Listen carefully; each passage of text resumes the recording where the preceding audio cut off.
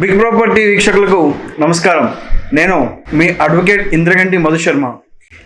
ఇవాళ మనము ఒక ల్యాండ్ కొనాలి, ఫ్లాట్ కొనాలి అని ఎన్నో కలలు కని ఆ డబ్బుని ఎక్కడెక్కడ ఇన్వెస్ట్ చేస్తాం అంటే ఏ రియల్టర్ని నమ్మాలి? ఇవాళ మార్కెట్లో వందల వేల కొద్ది రియల్ ఎస్టేట్ కంపెనీస్ ఉన్నాయి. ఎంతోమంది బిల్డర్స్ ఇండివిజువల్గా ఉన్నారు. వాళ్ళకి రెరా లైసెన్సులు ఉన్నాయా లేవా, వాళ్ళు సర్టిఫైడ్ అవునా కాదా, ఇన్ని సందేహాల మధ్య ఎంతో హార్డ్ ఎర్నెడ్ మనీ అంటే మనం ఎంతో కష్టపడి సంపాదించి పైసా కూడబెట్టి సొంత ఇంటి కలని నెరవేర్చుకోవాలి అనే ఆశయంతో ఒక ఫ్లాట్ని కానీ ప్లాట్ని కానీ అంటే కట్టిన ఇల్లునైనా లేదా భూమినైనా కొనాలి అని ఆశపడుతూ ఉంటాము. ఇలాంటి తరుణంలో మనకి భూములు అమ్మడానికి లేదా ఫ్లాట్స్ అమ్మడానికి కొంతమంది మోసగాళ్ళు తారసపడుతూ ఉన్న తరుణంలో మనము దీన్ని ఎలా అధిగమించాలి, మనము లీగల్ సౌండ్ మైండెడ్గా ఎలా ఉండాలి, ఇటువంటి ఫ్రాడ్స్టర్స్ నుంచి ఎలా తప్పించుకోవాలి అనేది మనం ఒక్కసారి చూద్దాము. అంటే మనకి ఒక వ్యక్తి, సదరు వ్యక్తి ఒక మిడిల్ క్లాస్ మనిషే ఉన్నాడు అనుకున్నాము. పాపం ఒక మిడిల్ క్లాస్ అతను ఒక 200 స్క్వేర్ యార్డ్స్ లేదా 100 స్క్వేర్ యార్డ్స్ తను ఒక ల్యాండ్ కొనాలి అని చెప్పేసి ఒక ఇంటెన్షన్ పెట్టుకున్నారు.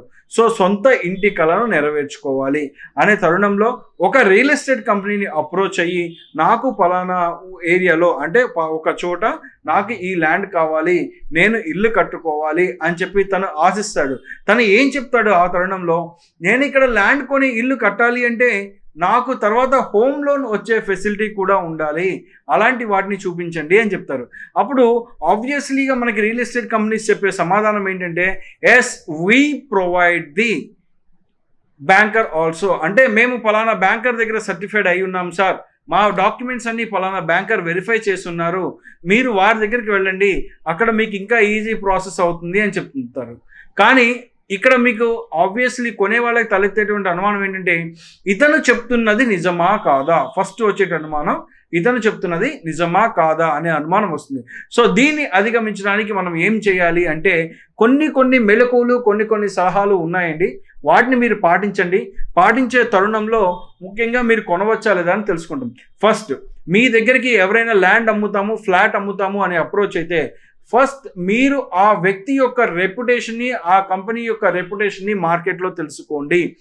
Don't go by with ads అండి. టీవీల్లోనో న్యూస్ పేపర్స్లోనో ఇంకెక్కడెక్కడెక్కడో యాడ్స్ చూసి ఆ యాడ్స్ని గుడ్డిగా నమ్మి దే ఆర్ ట్రస్టెడ్ పీపుల్ అని చెప్పేసి మీరు నమ్మి వాళ్ళ చేతిలో మోసపోవద్దు. మీ పర్సనల్ వెరిఫికేషన్ గురించి తెలుసుకోవాలి. మీ నీర్ అండ్ డియర్లో ఆ కంపెనీకి సంబంధించి ఆ కంపెనీలో ఎవరన్నా కొన్నారా లేదా అనేది కూడా మీరు తెలుసుకోవాల్సి ఉంటుంది. ఈ విషయాన్ని ఎందుకు చెప్తున్నానంటే నాకు తెలిసినటువంటి హైదరాబాద్లో ఒక కంపెనీ వైజాగ్లో ఫ్లాట్స్ అమ్ముతామని చెప్పేసి ఉత్త కాంపౌండ్ వాల్ కూడా కన్స్ట్రక్షన్ చేయకుండా 200 ఫ్లాట్స్ సేల్ చేశారండి. 200 ఫ్లాట్స్ చేసి ఆల్మోస్ట్ ఒక్కొక్కరి దగ్గర నుంచి 3 lakhs to 5 lakhs advance amount, token advance తీసుకోవడం జరిగింది. ఈ అడ్వాన్స్ అమౌంట్ తీసుకున్న తర్వాత ఆ కంపెనీ చేతులు ఎత్తేసి కనీసం వాళ్ళకి కూడా కనపడలేదు. అంటే ఆల్మోస్ట్ అక్కడ ఇన్వెస్ట్ చేసిన వాళ్ళందరూ మిడిల్ క్లాస్ ఫ్యామిలీ పీపులే. వీళ్ళంతా మిడిల్ క్లాస్ ఫ్యామిలీ. తర్వాత కొంతమంది వారు గౌరవ కోర్టు వారిని అప్రోచ్ అయ్యారు, కన్జ్యూమర్ ఫోరమ్స్ని అప్రోచ్ అయ్యారు, కొంతమందికి రిలీఫ్ దొరికింది, ఇంకొంతమంది పోరాడలేక వదిలేసిన వాళ్ళు చాలామంది ఉన్నారు. అంటే వీటిల్లో మీరు గమనించాల్సింది ఏంటంటే ఫస్ట్ ద క్యారెక్టర్ లేదా the reputation of the company, reputation of the seller is so important here. ఇది చాలామంది నెగ్లెక్ట్ చేసేది. నిజమైన వ్యక్తా కాదా అనేది కూడా గమనించుకోకుండా కూడా కొంటూ ఉంటారు. తర్వాత టైటిల్ డ్యూ డెలిజెన్స్ అంటూ ఉంటాం మనం. ఏంటి ఈ టైటిల్ డ్యూ డెలిజెన్స్? ఖచ్చితంగా దీన్ని చేయాలా అంటే ఖచ్చితంగా చేసి తీరాలి.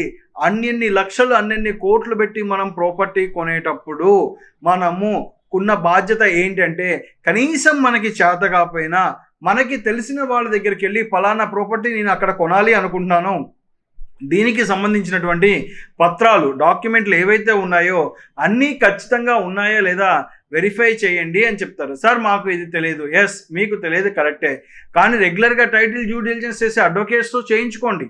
చేయించుకుంటే ఏమవుతుందంటే అది ఒకవేళ రెస్ట్రిక్టెడ్ ప్రాపర్టీయా, దానిపైన ఏమైనా సివిల్ కేసెస్ ఏమన్నా ఉన్నాయా అది లిటిగెంట్ ప్రాపర్టీ ఉందా, లేదా వారసులందరూ ఆ ప్రాపర్టీ మీద క్లియర్గా ఉన్నారా లేదా, ఇన్ ఫ్యూచర్లో వారసులు ఎవరైనా వచ్చి అబ్జెక్షన్ పెట్టేటువంటి అవకాశాలు ఉంటాయా, లేదు ఆ ప్రాపర్టీ యొక్క బౌండరీస్ ఏమన్నా ఇబ్బందులు ఉన్నాయా, లేదా కార్పెట్ ఏరియా ప్లింత్ ఏరియా కరెక్ట్గా ఉన్నాయా లేవా, ఇవన్నీ ఎక్కడ తేలుతాయి అంటే మీకు టైటిల్ డ్యూ డిలిజెన్స్ చేసేటప్పుడు ప్రతి ఒక్కటి క్లియర్ కట్గా తెలుసుకోవడం జరుగుతుంది.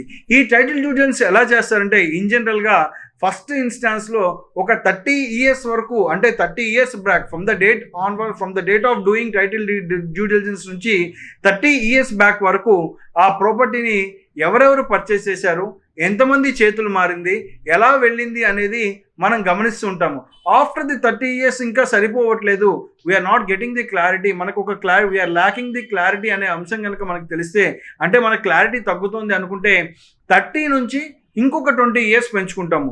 50 years వరకు కూడా మనం యూజువల్గా చూస్తూ ఉంటాం.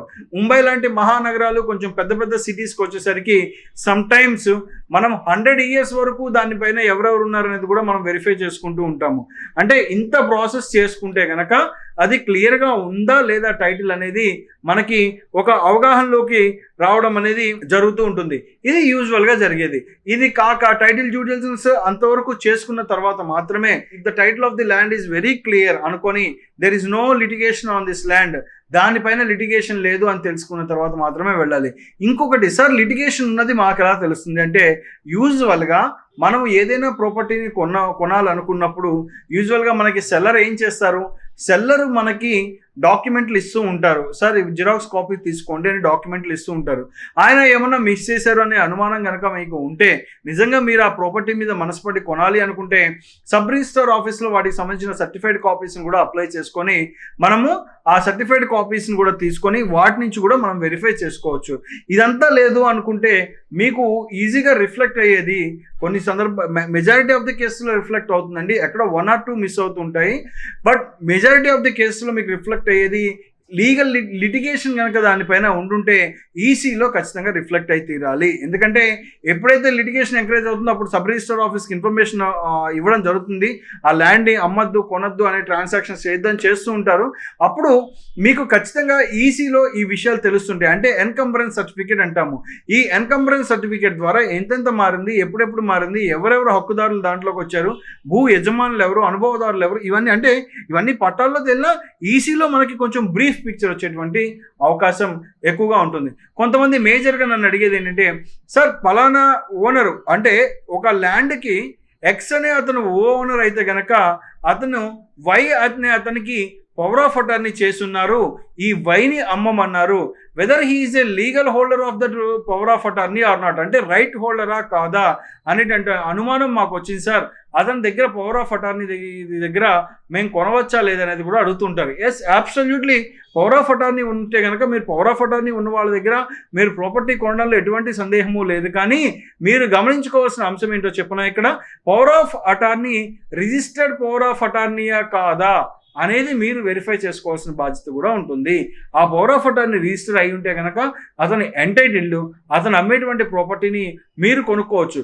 కానీ ఇంకొక ముఖ్య విషయం కూడా ఒకటి చెప్తాను, ఎప్పుడైనా మీరు పవర్ ఆఫ్ అటార్నీ ఉన్న వాళ్ళ దగ్గర నుంచి కొనేటప్పుడు డైరెక్ట్ అతనితోనే కాకుండా ఒక్కొక్కసారి ఓనర్స్తో కూడా మాట్లాడడానికి ప్రయత్నించండి. మ్యాక్సిమం ట్రూ ఓనర్స్తో కూడా మాట్లాడి వాళ్ళే పవర్ ఆఫ్ అటార్నీ ఇచ్చారు అని చెప్పడానికి చూసుకోండి. వాళ్ళ ప్రూఫ్స్ని ఎప్పుడైతే వెరిఫై చేసుకొని వాళ్ళ నుంచి మాట్లాడతారో, వాళ్ళు ఎంగేజ్ చేసినట్టుగా అతన్ని మనకి డిక్లేర్ చేసి ఉంటే కనుక అది ఏ రకమైన ఇబ్బంది అవ్వదు. సో మనం ఇప్పుడు ముఖ్యంగా మనం తెలుసుకోవాల్సిన అంశాలు ఏంటి, అసలు అమ్మేటువంటి సెల్లర్ గురించి తెలుసుకోవాలి, తర్వాత టైటిల్ క్లియరెన్సెస్ గురించి తెలుసుకోవాలి, తర్వాత సర్టిఫైడ్ కాపీస్ తెచ్చుకోవడం గురించి తెలుసుకోవాలి, తర్వాత సేల్ పవర్ ఆఫ్ అటార్నీ ద్వారా చేస్తే ఎలా తెలుసుకోవాలి, ఈసీలో ఏమేమి రిఫ్లెక్ట్ అవుతాయో తెలుసుకుంటూ ఉండాలి. తర్వాత తెలుసుకోవాల్సిన ముఖ్యాంశం ఏంటంటే ట్యాక్స్ రిసిప్ట్స్ ప్రాపర్గా ఉన్నాయా లేదా అనేది కూడా వాటికి తెలుసుకుంటూ ఉండాలి. అంటే ఆ వేకెంట్ ల్యాండ్ అయితే వాటికి కట్టి ఉన్నారా, వాటికి అప్రోప్రియేట్ మున్సిపల్ ట్యాక్సెస్ అన్ని పే చేసి ఉన్నారా, లేదా రెవెన్యూలోకి వస్తే అవన్నీ ఎంతెంత పే చేసి ఉన్నారు, వాటికి ఏమేమి క్లియరెన్సెస్ ఉన్నాయి, క్లియరెన్సెస్ లేవు అనేది చూసుకోవాలి. అది అగ్రికల్చరల్ ల్యాండా, నాన్ అగ్రికల్చరల్ ల్యాండా, agriculture to non agriculture convert అయిందా లేదా, ఇవన్నీ గమనించుకొని తీసుకోవాల్సి ఉంటుంది. మెజారిటీ ఆఫ్ ది డెసిషన్స్లో ఎక్కువ నేను గమనించింది ఏంటంటే, చాలామంది ఎన్ఆర్ఐస్ ఏం చేస్తారంటే వాళ్ళు ఇక్కడ ఉన్నటువంటి ప్రెమిసెస్ని ఇన్స్పెక్ట్ చేయకుండానే ల్యాండ్ని కొంటూ ఉంటారు. అంటే వాళ్ళు చూడకుండానే ఇన్వెస్ట్మెంట్ పెట్టాలి అనేటువంటి ఉద్దేశంతో ఆ ప్రాపర్టీని చూడకుండానే కొంటూ ఉంటారు. దయచేసి అలాంటి మిస్టేక్ చేయకండి. ఎవరికైనా పవర్ ఆఫ్ అటార్నీ ఇచ్చేయినా సరే ఆన్ బిహాఫ్ ఆఫ్ యూ వాళ్ళని వెరిఫై చేసుకోమని చెప్పండి. ఆ ల్యాండ్ పర్టికులర్గా వెళ్ళి చూసుకోండి. ఇవాళ రేపు ప్రతి చోట నుంచి జియో ట్యాగింగ్ చేసుకోవచ్చు. సో దయచేసి జియో ట్యాగింగ్ అన్న తెప్పించుకొని ల్యాండ్ ముందు చూడండి ఎట్లయినా సరే అని చెప్పి. చూసిన తర్వాతే మీరు పర్చేస్ చేయడానికి సంసిద్ధత వ్యక్తం చేయండి. సో ఇలాంటి చిన్న చిన్న ప్రికాషన్స్. అలానే కాకుండా కొంతమంది కొన్ని ట్రాన్సాక్షన్స్ ఏం చెప్తారంటే, సో ఆ పర్టికులర్ ప్రాపర్టీ ఒక మైనర్ది అనుకోండి, ఆ మైనర్ ప్రాపర్టీని అమ్మేటప్పుడు అంటే ఒక 18,000 పిల్లవాడికి అన్న తక్కువది అనుకుందాం. అంటే అలాంటి మైనర్స్ యొక్క ప్రాపర్టీ అమ్మేటప్పుడు గార్డియన్కి నిజంగా రైట్ ఉందా లేదా, లేకపోతే కోర్ట్ పర్మిషన్ కావాలా లేదా అనేది చూసుకోండి. ఇంకొకటి ఏంటంటే నేను చూసింది ఏంటంటే, ఇప్పుడు ఇవాళ సొసైటీలో నడిచేది ఏంటంటే, ఒక బిల్డర్ లేదా రియల్ ఎస్టేట్ అతను వచ్చేసి లిటిగెంట్ ప్రాపర్టీలోకి వచ్చేసి ఐదర్ ఆఫ్ ది బయర్ కానీ సెల్లర్ కానీ ఎవరైతే సఫర్ అయ్యే పార్టీ ఉన్నారో వాళ్ళ దగ్గరికి వచ్చేసి ఈ లిటిగెంట్ ప్రాపర్టీ మొత్తాన్ని నేను తీసుకుంటాను, నీకు కేసు అయ్యే తర్వాత ఇంత ఇస్తాను అని చెప్పి ఒక ఏదో చిన్న అగ్రిమెంట్ లాగా చేసుకొని వాళ్ళకు కొంత ఇచ్చి వీళ్ళని సప్రెస్ చేయడానికి ట్రై చేస్తూ ఉంటారు. అలాంటి వాటిని మీరు ఎంకరేజ్ చేయకుండా మీ సైడ్ ఫెయిర్ అని కనుక ఉంటే కనుక మీరు ఖచ్చితంగా ఎప్పుడైనా డిస్ప్యూట్ ఉంటే ఎప్పటికైనా కోర్టులోకి ఖచ్చితమైన టైటిల్ మీ వైపు ఉంటే మీరు గెలవడానికి అవకాశం ఉంటుందండి. సో కాబట్టి ఫర్దర్గా థర్డ్ పార్టీస్ని ఎంటర్ చేయకుండా మీ ప్రాబ్లమ్ని సాల్వ్ చేసుకోవడానికి మీ అడ్వకేట్ ద్వారా ప్రయత్నించుకోండి. అది చక్కటి ఉపాయం ఇందులో. సో ఇలాంటి ప్రికాషన్స్ అన్ని ఫాలో అవుతూ ఉంటే కనుక, అంటే ఇప్పుడు మనం ఏవైతే చెప్పుకున్నామో టైటిల్ క్లియరెన్స్ గురించి కావచ్చు, డ్యూ డిలిజెన్స్ గురించి కావచ్చు, ఈసీలు కావచ్చు, పవర్ ఆఫ్ అటార్నీ కావచ్చు, తర్వాత మన ఏరియా ఎంతైతే కావచ్చు, personal inspection of the property అవ్వచ్చు, వీటన్నిటి గురించి చెప్పుకున్నామో వీటన్నిటిని కంప్లై చేసిన తర్వాత, వీటన్నిటిని చూసిన తర్వాత మాత్రమే ఆ ప్రాపర్టీ కొనడానికి అడ్వాన్స్ ఇవ్వండి. అడ్వాన్స్ చేసి ఇచ్చేటప్పుడు కూడా అగ్రిమెంట్ని ఎలా చేసుకోవాలి అంటే, మీరు ఎంతైతే అడ్వాన్స్ ఇచ్చారో అది క్లియర్గా స్పష్టంగా రాసి దాని తర్వాత మీరు ఎన్ని రోజుల్లోపు రిమైనింగ్ అమౌంట్ పే చేస్తారో అనేది కూడా అందులో మెన్షన్ చేయండి. ఆ రిమైనింగ్ అమౌంట్ పే చేసేటప్పుడు ఎవరైనా దయచేసి నేను చెప్పే అడ్వైటేజ్ అంటే ఫోర్ఫీట్ అనే ఆప్షన్ రాయకుండా అట్లీస్ట్ 50% 25% వెనక్కి వచ్చేలాగైనా చేసుకుంటూ ఉండండి. ఇవాళ మెజారిటీ ఆఫ్ ది కేసెస్లో నేను చూసింది ఏంటంటే, అడ్వాన్స్ ఇచ్చిన తర్వాత మీరు టైంకి ఆ రిమైనింగ్ అమౌంట్ కట్టలేకపోతే ముందు ఇచ్చిన అమౌంట్ని ఫోర్ఫీట్ చేసుకుంటున్నారండి. దయచేసి అలాంటి మిస్టేక్స్ చేయకండి. అంటే విత్ ఇంట్రెస్ట్ లేకపోయినా సరే మీ అడ్వాన్స్లో ఎంతో కొంత మీరు రిజర్వ్ చేసి అట్టి పెట్టినందుకు అతనికి ఎంతో కొంత ఇచ్చి రిమైనింగ్ ఇవ్వాలి అన్నట్టుగా అగ్రిమెంట్స్ ఉంటే బాగుంటుంది. బట్ దానికి మెజారిటీ ఆఫ్ ది సెల్లర్స్ ఒప్పుకోరు. కానీ మీకు కన్విన్స్ చేసే కెపాసిటీ ఉంటే ఆ విధంగా కూడా మీరు చేసుకోవచ్చు. ఇలాంటి జాగ్రత్తలన్నీ పాటిస్తూ ఉంటే మీ భూమి మీ చేతుల్లో భద్రంగా ఉంటుంది. ఎలాంటి ప్రాపర్టీనైనా కొనుక్కోవచ్చు అప్పుడు.